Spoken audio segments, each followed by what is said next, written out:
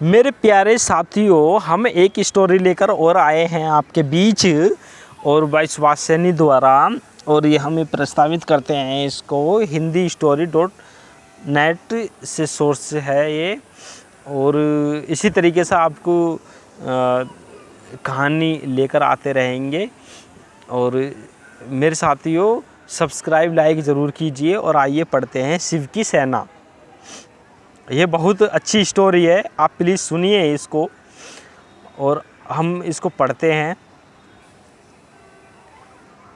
दो बलशाली राक्षस थे, हिरण्यकशिपु और हिरण्याक्ष। ये दोनों भाई थे।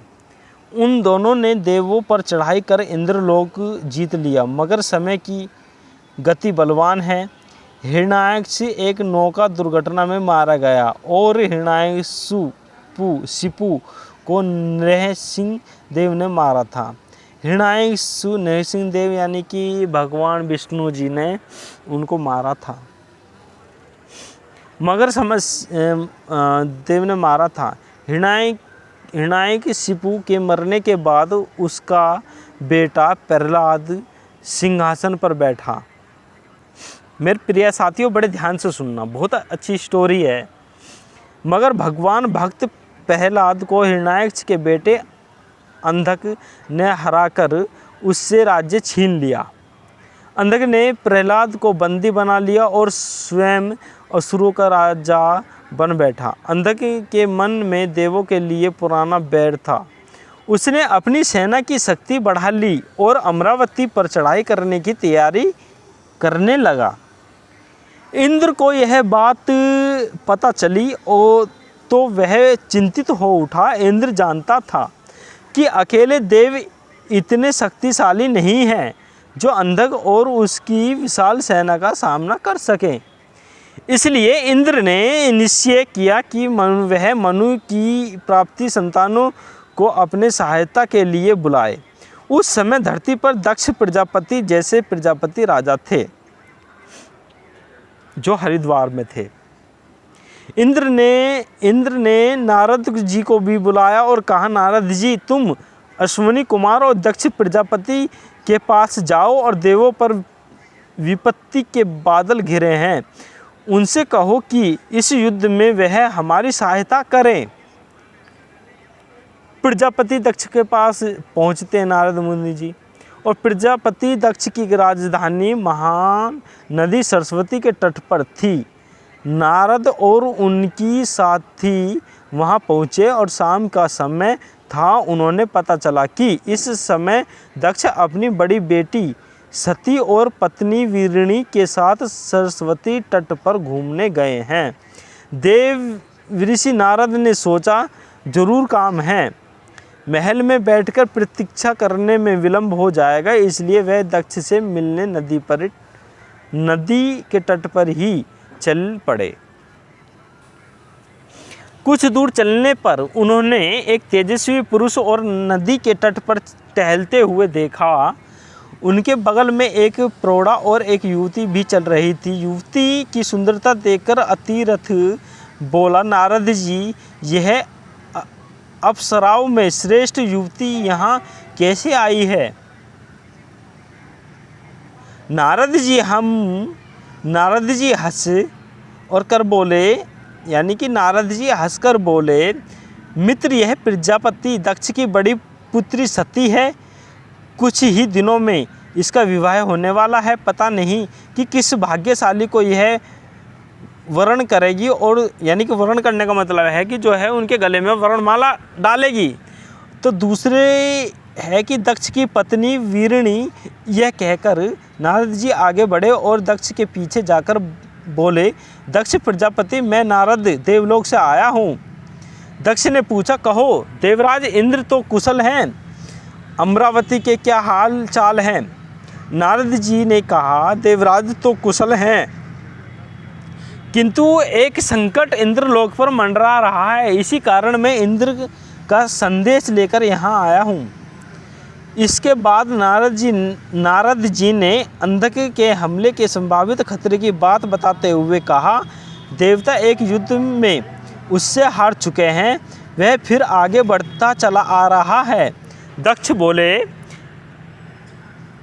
इंद्र की सहायता करना मेरा सौभाग्य है, मैं सेना सहित जरूर जाऊंगा। दक्ष की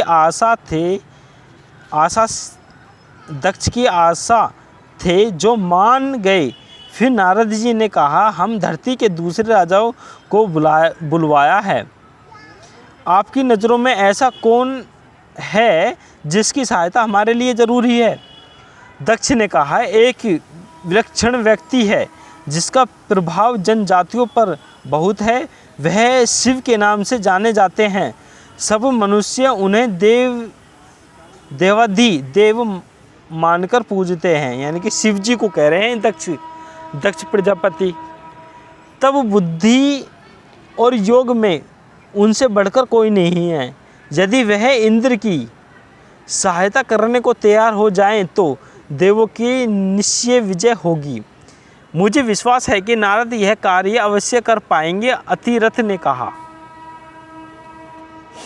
दक्ष ने मुस्कुराकर कहा, नारद जी के गुणों से भली भांति परिचित हूँ मैं, पर तुम शिव को नहीं जानते। वह प्रकांड पंडित है, यानी कि प्रकांड बहुत विद्वान पंडित हैं। वह महान शिल्पी भी हैं, उन्हें अनेक सिद्धियां प्राप्त हैं। उनकी नगरी काशी इस धरती की अनुपम नगरी है, यानी कि काशी जो है, काशी इलाहाबाद के पास जो काशी है उसका नाम जिक्र किया है यहाँ। असुर, नाग, यक्ष और गंधर्व उनकी पूजा करते हैं। दक्ष के बात का सभी पर प्रभाव पड़ा। सती ने पूछा, पिताजी, अगर ऐसा व्यक्ति हमारी सहायता करे तो विजय निश्चित ही है। नारद जी ने संकट प्रकट की, मैंने शिव का नाम सुना है, मगर वह तो असुरों की पक्षपाती हैं। नहीं, ऐसा नहीं है। शिव देव और असुरों से अलग हैं। देव उनसे घबराते हैं, इसलिए उनसे अलग रहते हैं, मगर असुर बड़े चतुर हैं। असुर उनकी शरण में जाकर उनसे वरदान पाते रहते हैं, इसी से वह बलशाली बने हैं। दक्ष ने कहा। सती ने फिर पूछ, देवों ने उन्हें प्रसन्न क्यों नहीं किया? सती ने फिर पूछा, देवों ने उन्हें प्रसन्न क्यों नहीं किया? यह सुनकर दक्ष गंभीर हो गए। बोले, देव अहंकार में डूब रहे हैं, मगर यह सत्य है, यदि शिव प्रसन्न हो गए तो देवासुर संग्राम हमेशा के लिए समाप्त हो जाएगा। दक्ष को यह पता नहीं था कि उनकी बात का सती पर क्या प्रभाव पड़ रहा है। वास्तव में शिव की महानता सुनकर सती अनजाने में शिव की ओर आकर्षित हो रही थी। नारद जी ने दक्ष से कहा, प्रजापति, मैं प्रसन्नता करूंगा कि शिव को देवों की ओर कर सकूं, मगर यह बताओ कि शिव कहाँ मिलेंगे? क्या हम काशी जाएं? मेरे दोस्तों, इस कहानी को पढ़कर शरीर में बिल्कुल हलचल सी पैदा हो रही है, और आगे देखते हैं कि किस तरीके से एक रोचक कहानी बनती है।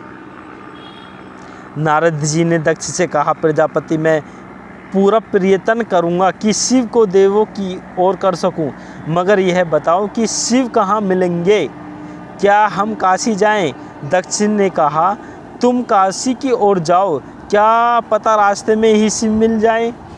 लोगों की यही कहना है कि शिव को मन में याद करो तो वह मिल जाते हैं। देव ऋषि नारद जी ने अपने साथियों के साथ काशी की ओर प्रस्थान कर दिया। आगे एक घना जंगल था। सहसा एक जगह बहुत से स्त्री पुरुषों ने उन्हें घेर लिया। उनके हाथों में तेज धार वाला हथियार थे। दक्ष ने अपना एक सेवक रास्ता दिखाने के लिए उनके साथ भेजा था। उसका नाम कैरथ था। कैरथ ने उन लोगों से उन्हीं की भाषा में कहा, हम आपके मित्र हैं, हम महान योगी राज शिव के भक्त हैं, उनसे मिलने जा रहे हैं। शिव का नाम सुनते ही उन लोगों ने अपने हथियार नीचे कर लिए। फिर उनके मुखिया ने पूछा, तुम लोग शिव के पास क्यों जा रहे हो? नारद जी ने मुखिया से कहा, हम भीषण आपत्ति आ पड़ी है, हम शिव की सहायता लेने आए हैं, हम शिव कहाँ मिलेंगे? यानी कि हमको शिव कहाँ मिलेंगे? मुखिया जी ने कहा, यह तो मुझे भी पता नहीं है, फिर मैं आप लोगों का संदेश बस्ती बस्ती पहुँचाए देता हूँ। हो सकता है कि शिव तक यह संदेश पहुँच जाए। और सचमुच हुआ भी यही। अगले दिन वे एक बस्ती में थे, तभी यह महादेव का नारा गूंज उठा। नारद ने देखा कि बागंबर पहने एक तेजस्वी पुरुष हाथ में त्रिशूल लिए चले आ रहे हैं। उनके विशाल नेत्रों से इतना तेज टपक रहा है कि दृष्टि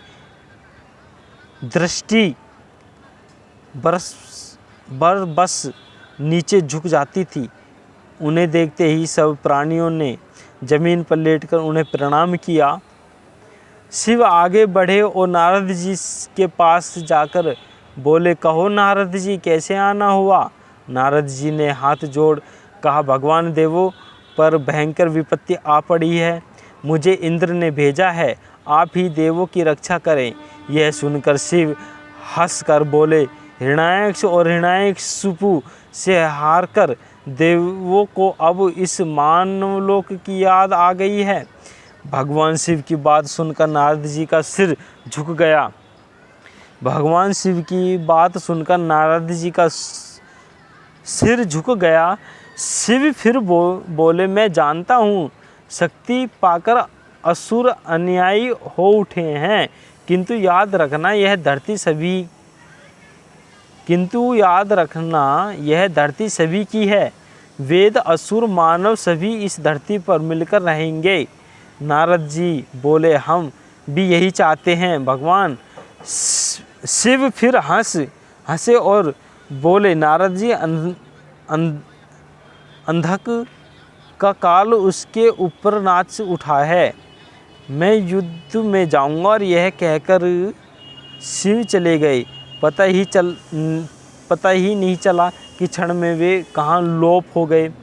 शीघ्र एक विशाल घाटी में दोनों सेनाओं के मुठभेड़ हो गई।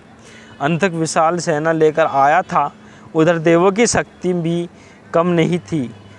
शिव का त्रिशूल अनेक योद्धाओं का रक्त पी चुका था। उनकी सेना भूतों के समान शत्रु सेना में घुस गई। वे भयानक संहार कर रहे थे। तभी शिव ने इंद्र की ओर इशारा किया। इंद्र तुरंत आए। शिव बोले, देवराज, इतनी हत्या व्यर्थ है। हमारा उद्देश्य शत्रु को हराना है, व्यर्थ रक्त बहाना नहीं है। इंद्र की समझ में कुछ नहीं आया। शिव ने त्रिशूल छोड़कर धनुष उठा लिया। फिर बोले, अंधक कहाँ है, मुझे बताओ। शिव का रौद्र रूप देखकर इंद्र भी कांप उठे। बोले, भगवान, वह बिजली के समान अश्व पर मुकुट लगाए, जो अश्व कहते हैं घोड़े के लिए, पर मुकुट लगाए जो तेजी से मार काट मचाता घूम रहा है, वही अंधक है। लेकिन वह दूर है, निशाना लगाना कठिन है। शिव ने मुस्कुराकर इंद्र की ओर देखा, फिर प्रत्यंचा खींचकर बाण छोड़ दिया और बाण बाज पक्षी की तरह लपका और पल भर में अंधक का सिर जमीन पर लौटने लगा। युद्ध समाप्त हो गया। इंद्र प्रसन्न था। फिर शिव को धन्यवाद देने के लिए देवों को लेकर चला, मगर तभी उसे मालूम हुआ कि शिव अपनी सेना के साथ अंतर्ध्यान हो गए। इस युद्ध के बाद सभी देव जुटे। सभी ने देवासुर संग्राम में दक्ष प्रजापति की वीरता की सराहना की और उन्हें धन्यवाद दिया। देव ऋषि नारद बोल, देवराज, हम दक्षपति की नहीं, भगवान शिव का धन्यवाद करना चाहें। युद्ध में विजय हमें उनके ही कारण मिली। ये भगवान शिव सबको नमन करते हैं, परिवार समेत हैं और सबका कल्याण करते हैं। मेरे प्यारे साथियों, आप सभी को मेरा वीडियो देखने के लिए बहुत बहुत धन्यवाद। आप लोगों का साथ बना रहे। सबका साथ सबका विकास। धन्यवाद।